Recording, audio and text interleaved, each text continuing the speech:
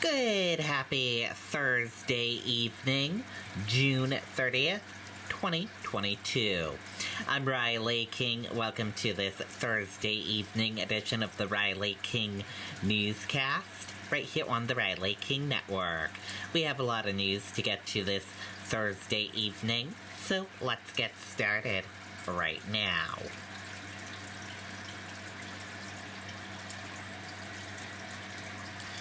First up, woman accused of killing cyclist arrested in Costa Rica. Let's take a listen to that video from WMUR News 9.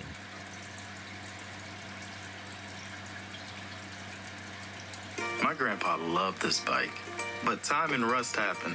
Luckily, with Krylon Fusion All-in-One, so too can restoration. I love rekindled, and that's why I choose Krylon. A suspect in the death of professional cyclist and Dartmouth grad Anna Mariah Wilson is now in police custody. U.S. Marshals say they arrested Caitlin Marie Armstrong at a hotel in Costa Rica today.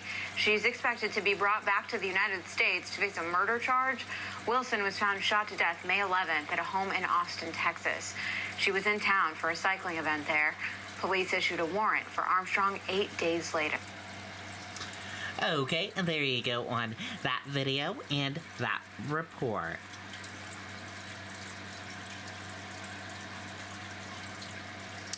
Vandalism at Christian Ministry Pregnancy Center in Littleton investigated as a possible hate crime. Let's take a listen to that video from WMUR News 9.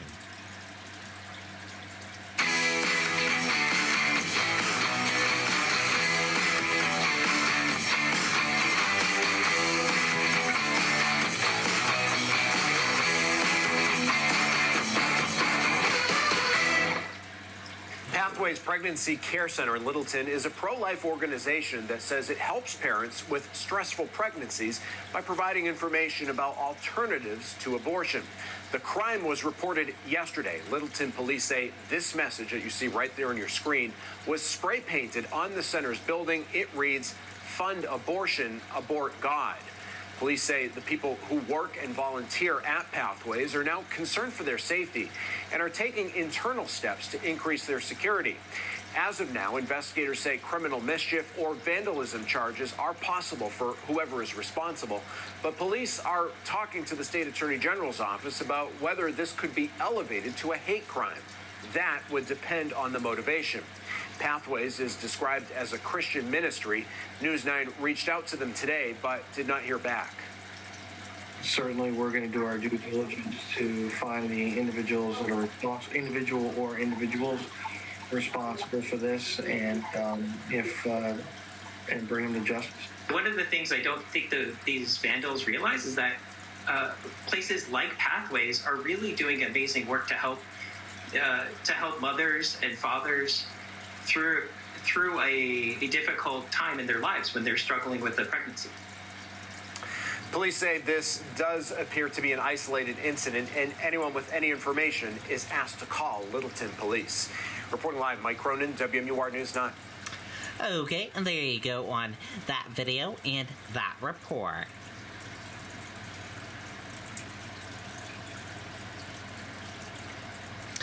Manchester fire captain severely burned during rescue returns to work. Let's take a listen to that video from WMUR News 9. Buying or selling a home is a complex process, and for many, the largest financial transaction of their lives. With so many potential pitfalls to avoid, you need a New Hampshire realtor. We guide you through unexpected challenges, such as low inventory, appraisal complications, and inspection issues. New Hampshire realtors have seen and navigated nearly every pitfall. If you're buying or selling a home, put our experience to work for you. For more information, visit nhrealtoradvantage.com.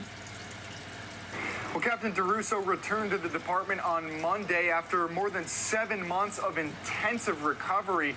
As for right now, he's mainly just handling some administrative work, but he does hope to return to his truck by the end of July. Now, back on November 6th of 2021, DeRusso and his crew were battling flames at an apartment fire on Dutton Street. DeRusso was on the second floor rescuing a man and a woman when a flashover happened and the entire building was engulfed in flames. Captain DeRusso was able to rescue the man before he had to bail due to those conditions. He went head first down the ladder, but in doing so, his equipment got snagged, leaving him trapped and on fire. Now, miraculously, his crew was able to knock down the ladder, sending DeRusso tumbling to the ground, a move that saved his life, but not before he sustained second and third degree burns over 35% of his body. It was about 30 seconds or so. We were involved in heavy fire conditions, and it felt like forever. But when I started falling, that was the best feeling I ever had. I remember vividly thinking, I have a chance now. And DeRusso tells us it was about a week into his recovery process when he made the decision that he wanted to return to the department as quickly as possible. He credits his wife, his family, and his brothers at the department for being his support during his recovery. We're live in Manchester tonight. Scott Cook, WMUR, and News 9. Okay, and there you go on that video and that report.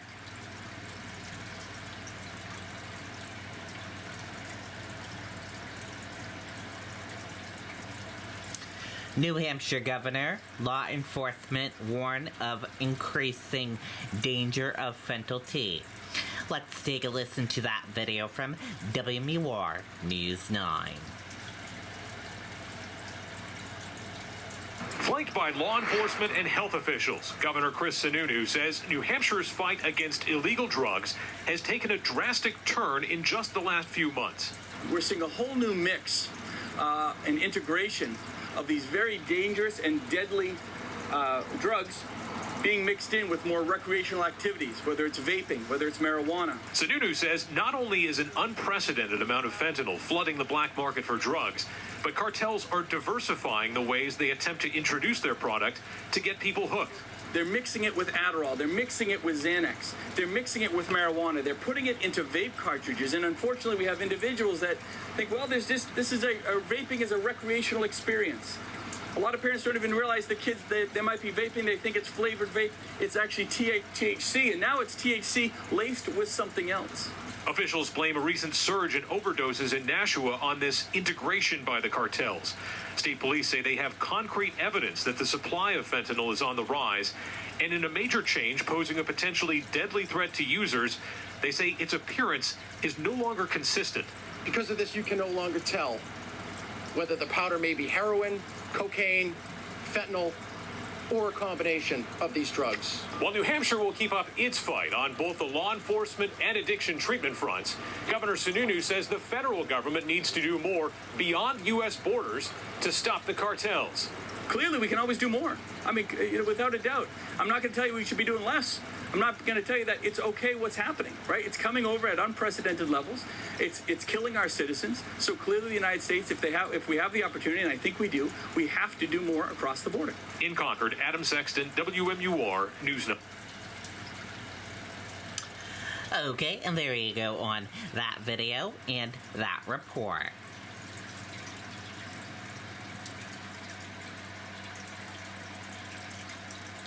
Fourth accuser comes forward in case of former EMT accused of drugging and assaulting children.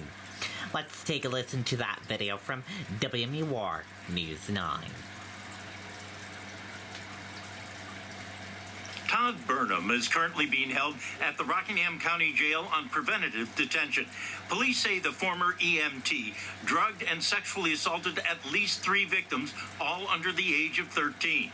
Burnham has been indicted on 27 felonies, including aggravated felonious sexual assault, and possession of child sexual abuse images.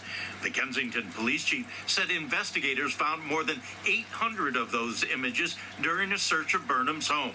The county attorney says the discovery of a 4th alleged victim has affected the proceedings in this case. That has slowed up the process in terms of getting a plea offer out to defense counsel because we now have this 4th victim. As of Wednesday, prosecutors say they were able to get in touch with all the families and can now move forward. we are ready now to make a plea offer, Your Honor, but I was not able to do it before today. The county attorney also told the judge that prosecutors were able to get the information regarding the fourth victim to the defense, even though there haven't been any indictments in that case. As Attorney Conway indicated, she's been very communicative about the steps of their investigation and trying to give me what she has. But what we have at present hasn't allowed for a meaningful discussion with Mr. Burnham. With that in mind, the defense asked the judge to schedule another hearing for the end of August. In the studio, Ray Brewer, WMUR News 9. Okay, and there you go on that video and that report.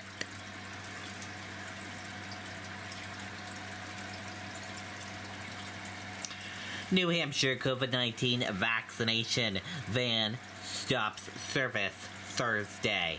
Let's take a listen to that video from WMUR News 9.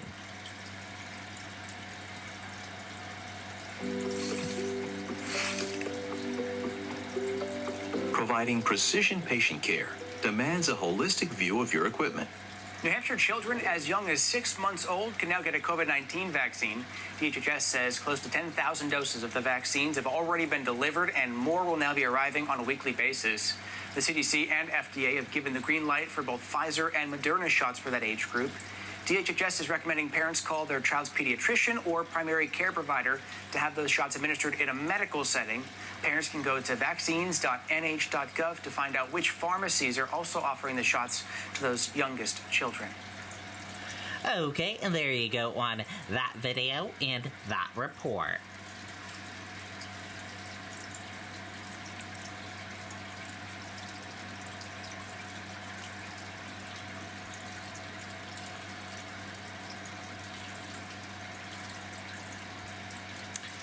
Ketanji Brown Jackson sworn in, becoming the first black woman on the Supreme Court. Ketanji Brown Jackson was sworn into the Supreme Court on Thursday, shattering a glass ceiling as the first black woman on the nation's highest court. The 51-year-old Jackson is the court's 116th justice, and she took the place of the justice she once worked for, Justice Stephen Breyer's retirement was effective at noon. Let's take a look at this video.